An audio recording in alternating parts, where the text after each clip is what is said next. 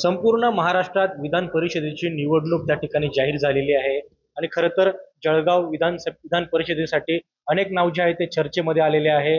त्याचबरोबर या ठिकाणी शिवसेना शिंदे गटाचे आमदार आहेत पाचोऱ्याचे, त्यांच्या मुलाचं नाव देखील या ठिकाणी चर्चेत आलेलं आहे. आपल्यासोबत बोलण्यासाठी स्वतः किशोरप्पा पाटील आहेत. आप्पासाहेब, काय सांगाल? आपले चिरंजीव सुमित पाटील यांचं देखील नाव जळगाव विधान परिषदेसाठी चर्चेमध्ये आहे, काय नाही, बरोबर आहे. आज जर का आपण पाहिलं तर पाचोरा भडगाव मतदारसंघामध्ये दोघही नगरपालिका आम्ही शिवसेना म्हणून स्वतंत्र लढलो आणि स्वतंत्र लढल्यानंतर दोघही शहरातल्या जनतेने एक ऐतिहासिक निकाल आम्हाला दिला. मला वाटतं 28 पैकी जवळपास 23 नगरसेवक हे शिवसेनेचे आहेत आणि भडगावमध्ये 25 पैकी 22 नगरसेवक शिवसेनेचे आहेत. त्याच्यामुळे साहजिक इथल्या सगळ्या कार्यकर्त्यांना, शिवसैनिकांना असं वाटतं की सुमितला देखील विधान परिषदेची उमेदवारी मिळावी. हे जरी बरोबर असलं तरी प्रश्न हा आहे की ही जागा महायुती म्हणून भारतीय जनता पक्षाकडे आहे. आज भारतीय जनता पक्षाकडे जरी जागा असली तरी आमची आणि भारतीय जनता पक्षाची मताधिक्याची संख्या जर का आपण पाहिली तर मला वाटतं फक्त 50 मतांचा फरक आहे. त्याच्यामुळे आमची आग्रही मागणी अशी असेल की पहिल्यांदा भारतीय जनता पक्षाने आमचा मोठा भाऊ म्हणून ही जागा पहिल्यांदा शिवसेनेला सोडावी.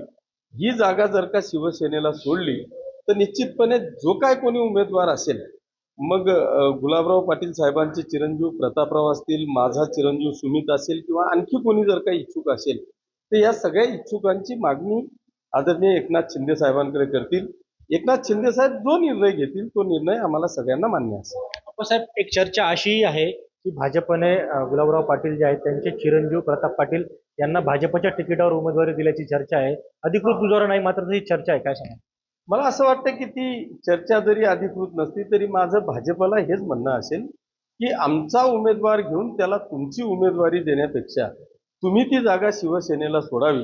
याचं कारण असं आहे की आम्ही गेल्या 25 वर्षापासून जळगाव लोकसभा मतदारसंघामध्ये आमचं प्राबल्य असताना सुद्धा ही जागा लोकसभेकरता आम्ही भाजपला दिलेली आहे आणि 25 वर्ष झाले अत्यंत प्रामाणिकपणे काम शिवसैनिक म्हणून आम्ही लोकसभेसाठी करतोय. त्याच्यामुळे ही एक विधान परिषदेची जागा त्यांनी शिवसेनेला सोडावी अशी आग्रही मागणी आमची सगळ्यांची आहे. साहेब, खरं तर नगर परिषदेच्या निवडणुकीच्या वेळेस आपण भाजपच्या विरोधात दंड ठोकटलं होतं, ते संपूर्ण महाराष्ट्राने बघितलं होतं. एकंदरीत ह्या विधान परिषद निवडणुकीला जर भाजपने ऐकलं नाही, जागा जर त्यांनीच ठेवली, तर पुढची भूमिका काय असणार? जर शिवसेनेने सांगितलं, आमचे शिवसेनेचे मुख्य नेते आदरणीय एकनाथ शिंदे साहेबांनी जर सांगितलं की आपल्याला स्वतंत्र लढायचं आहे, तर स्वतंत्र लढण्यासाठी माझी 100% तयारी आहे. माझा मुलगा सुमित जर युती झाली नाही किंवा ही जागा शिवसेनेला सुटली नाही आणि एकनाथ शिंदे साहेबांनी जर सांगितलं की आपल्याला स्वतंत्र लढायचं आहे, तर माझ्या मुलाची तयारी. साहेब, नेमका शिवसेनेला जरी जागा सुटली तर प्रताप पाटील आणि सुमित पाटील पुन्हा त्या ठिकाणी प्रश्नचिन्ह निर्माण होतो, काय असेल? नाही, त्याच्यात तर प्रताप पाटील असो किंवा सुमित असो हे दोघंही वेगळे नाही आहेत, परके नाही आहेत. दोघंही शिवसैनिक आहेत, कार्यक्षम आहेत. याच्यामध्ये जो निर्णय एकनाथ शिंदे साहेब घेतील त्या निर्णयाशी मी काय आणि गुलाब भाऊ काय आम्ही दोघंही जण त्या ठिकाणी सहमत आहोत. खरं तर आपण या जागेवर दावा ठोकतोय, मतांचं गणित नेमकं कसं आहे जिल्ह्यामध्ये?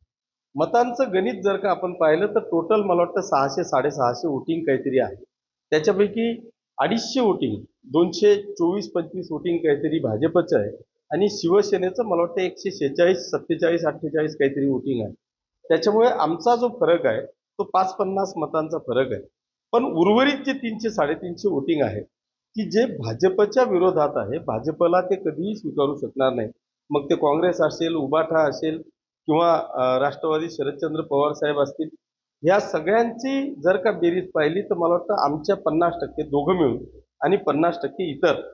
त्याच्यामुळे त्यांना नाकारून आपल्याला चालणार नाही, त्यांचंही प्राबल्य आहे. त्याच्यामुळे एकट्याला कोणाला तरी, मग ते शिवसेना असो किंवा भाजप असो, एकट्याच्या बळावर कोणीही निवडून येऊ शकणार नाही, ही वस्तुस्थिती. साहेब, देशाचे सरन्यायाधीश यांच्या एका वक्तव्यानंतर तरुणाईमध्ये एक मोठा असंतोष निर्माण झाल्याचं बघायला मिळतंय. कॉक्रोच जनता पार्टी नावाने एक त्या ठिकाणी पेज, त्याला 5-6 दिवसामध्ये 20 मिलियन पेक्षा जास्त फॉलोअर्स मिळालेले आहे. हे फॉलोअर्स भारतातल्या कुठल्याही राजकीय पक्षाकडे नाही. कुठेतरी तरुणाईचा राजकीय पक्षांविरोधामध्ये एक असंतोष बघायला मिळतोय, काय? नाही, खरं म्हणजे या देशाचे सरन्यायाधीश आदरणीय सरनाईक साहेब हे सरन्यायाधीश आहेत आणि सुप्रीम कोर्टाचा निर्णय हा मला असं वाटतं की संपूर्ण देशाला पालन करायचा असतो. अशा एखाद्या जबाबदार व्यक्तीने या भारतभरातल्या सगळ्या तरुणांना झुरळ म्हणून नामोल्लेख करणं हे अशोभनीय आहे. जरी ते सरन्यायाधीश असतील तरी त्यांचं चुकलंच आहे. आणि म्हणून मला असं वाटतं की हा सगळा प्रक्षोभ हा या ठिकाणी उठलेला आहे.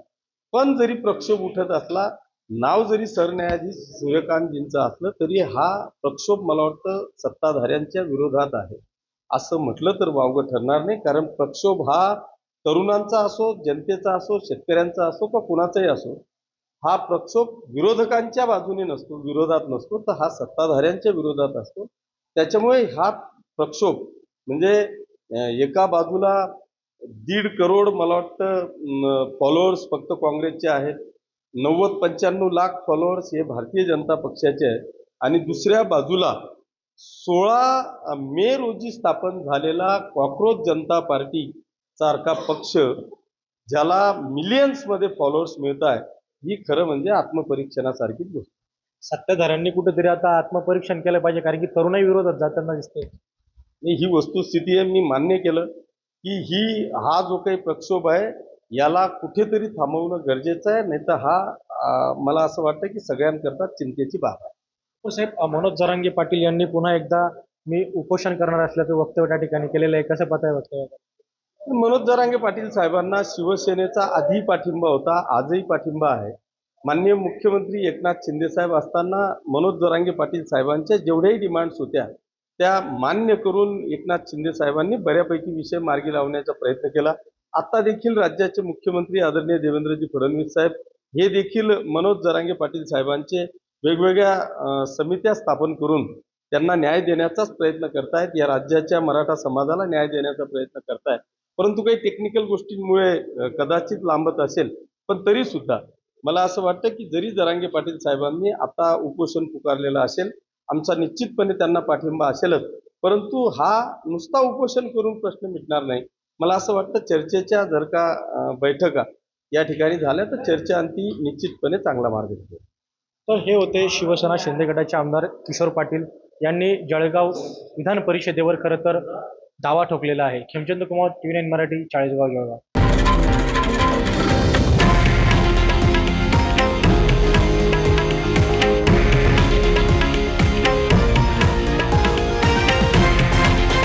हे आहे देशातील नंबर 1 न्यूज नेटवर्क आणि आपण पाहत आहात TV9 मराठी, एकमेव.